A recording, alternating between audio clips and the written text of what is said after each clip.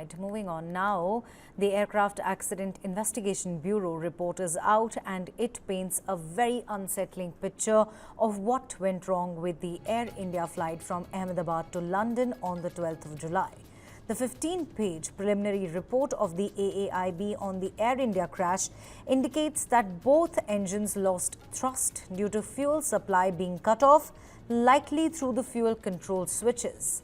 The pilots then attempted to restore engine power, successfully relighting one engine but not the other in time to prevent the crash.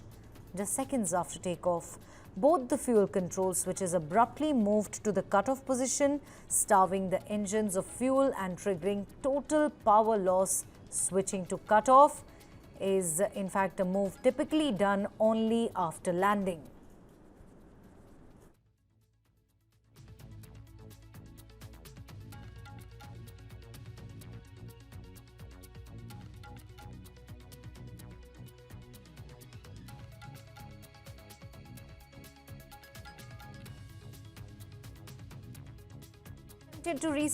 The pilots in fact then attempted to restart the engines. So one engine was successfully relit and was in the process of regaining thrust at the time of the crash. The second engine was also relit, but it did not have enough time to spool up to the necessary thrust level before the aircraft crashed. The cockpit voice recording captures one pilot asking the other why he did the cutoff, to which the person replies that he did not. The recording does not clarify who said what. At the time of takeoff, the co-pilot was flying the aircraft while the captain was monitoring. The report, which offers the first official insight into what transpired on the fateful day, examines the sequence of events and engine behavior leading up to the accident involving the Boeing 787-8 Dreamliner. Here are the key takeaways from the 15-page AAIB report. Both engines shut down mid-air within seconds after takeoff. Fuel cutoff switches moved from run to cutoff one after another in just 1 second. The report revealed that the fuel supply to the engines was cut off. Cockpit audio confirms one pilot asked, "Why did you cut off?" The other replying, "I did not." When the engines lost power, the ram air turbine, a small propeller-like device, was deployed automatically to provide emergency hydraulic power. The CCTV footage obtained by AAIB showed RAT being deployed. The pilots there tried to restart the engine. Engine 1 was partially recovered, but engine 2 failed to recover before impact. The aircraft was airborne for only 32 seconds, crashed 0.9 nm from the runway into a hostel. Thrust levelers found it idle, but the black box shows takeoff thrust was still engaged, suggesting a disconnect or failure. Fuel tested clean and there was no contamination from refueling sources. Flap setting 5 degrees and gear down were normal for takeoff. No bird activity or weather issues. Clear skies, good visibility, light winds. The AAIB report said the credentials of the pilots were clear and both were medically fit and rested with adequate experience on the type. No immediate sabotage evidence, but a known FAA advisory on a possible fuel switch flaw existed. Inspections were not done by Air India. The aircraft was within weight and balance limits, no dangerous goods on board. On the 12th of July, AI 171 flight took off from Ahmedabad's airport for London's Gatwick, but the aircraft Boeing 787-8 Dreamliner crashed a few seconds after taking off, killing all but one passenger. The big question now, how did the fuel get cut off?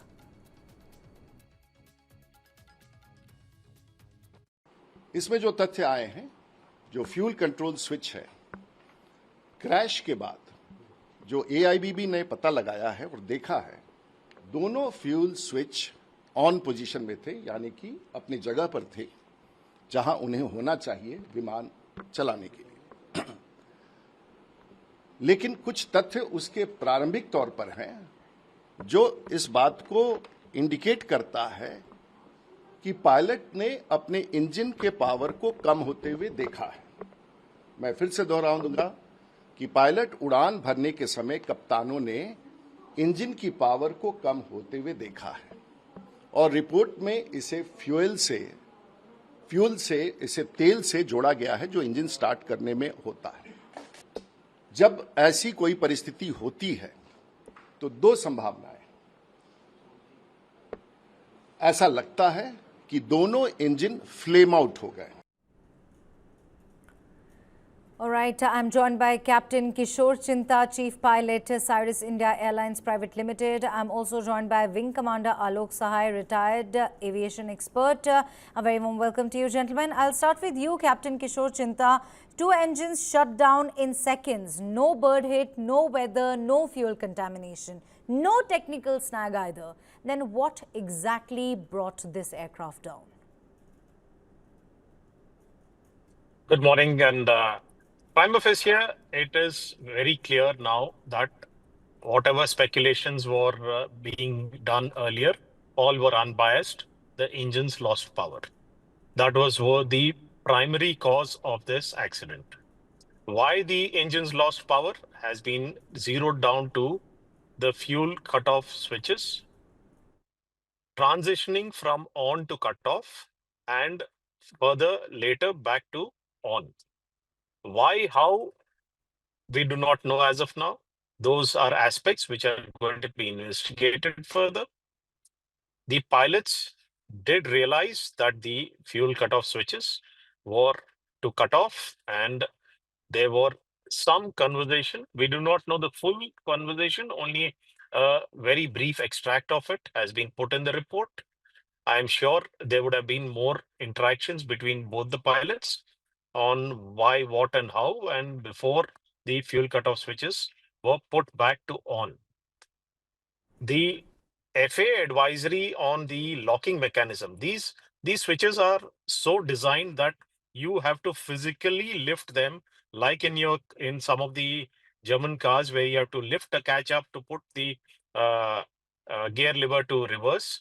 Similarly, this switch has to be physically lifted off the locking mechanism and shifted between on and cutoff position. So to say that it was done in 1 second within each other is not physically possible. Physiologically, it would take probably 1 second each or more for each switch to be put off and then recycle back to on. So there is the mere fact that the pilots exchanged information that did you cut off and I didn't, is that it came as a surprise to them also that the switches went to cut off. That was the primary cause of the engines not getting fuel. And the other fact that the rat was deployed, as the picture from the CCTV grab is shown, it's barely 50 feet. For the rat to deploy at that height, barely after the wheels going up, either there should have been an electrical power loss or a engine power loss, which caused the rat to deploy at that early stage. So the only reason I can think of that the pilots would have even touched those switches would be to recycle, to cut off and on in as a last ditch attempt before when they saw both the engines winding down. The checklist wouldn't have said touching those switches in any way. This is an out of normal situation which they would have faced, where they might have recycled those switches. That's the only plausible conclusion which I can think of, that the pilots touched those switches. Otherwise, it is all electronically controlled. The investigation team will surely go into the aspects of whether the electronic engine sir, control. I'm sorry to interrupt. Captain, I'm sorry to interrupt. You know, like you said, fuel switches aren't supposed to move easily. They have a lift to pull mechanism. How did both move in a second? Was it a human error? Was it technical failure or just simply a design flaw? For me to move those switches, to move my hand where it's not supposed to be, and move those switches will definitely not take 1 second, as the sequence and the timestamp of events as brought out by the preliminary report. For me to physically move my hand within 3 seconds of liftoff and put one after the other off is humanly impossible from time span and ergonomics point of view or physiological point of view in the cockpit per se. So it, in all probability, will have to be an electrical problem leading to these switches going to off position uh, without physically being moved. That is an aspect which needs to be investigated by the investigation team and NTSB and Boeing, whether those switches malfunctioned, whether there was a short circuit, whether there was a disruption of electrical power, or the EECs which command the fuel control unit. These switches are only giving a signal; they're not physically switching off. So the engine computer is the one which is actually going to go and tell the fuel control unit to or the shut off valves to shut off. So all of them are electronically controlled, and these switches are just via media or just giving the signal. So whether those switches physically moved or not, we do not know as of now, because after the crash, the switches were found in on position as we can see physically. So whether they moved to off and on, we do not know. All right, continue to stay with us. In fact, let me quickly go across to Wing Commander Alok Sahai. Wing Commander, the fuel switches both moving to cut off seconds into the flight. Can that really happen on its own, or is there more than what meets the eye? See, what Captain Chinta has told, try to understand this, is he has raised a very valid point, practical point, that the indications are in the recording that both the engines got cut off in 1 second, one after another, in 1 second gap. So what Captain Chinta is saying, that it is physically not possible for any pilot, even if he wants to do it, because of the switch mechanism design. You have to lift it, then you have to move, then you have to put your hand to the second switch. So the gap would definitely be more than 1 second, definitely. So both the engines are cutting off in a gap of 1 second, shows that it was not by the hand of the pilot, by the crew inside the cockpit. So, and in this light, I would like to highlight this 2018 report, which you also have mentioned. And in this report, also on page number 6, they are clearly mentioning that FAA had issued a special airworthy information bulletin regarding a potential issue with the fuel control switch locking mechanism being placed in disengaged condition. They have found in some of the Boeing 737, and the same designs are there in the 787 also. So they had found this, that these locking mechanisms are being are placed in disengaged condition while being fitted. That is dangerous.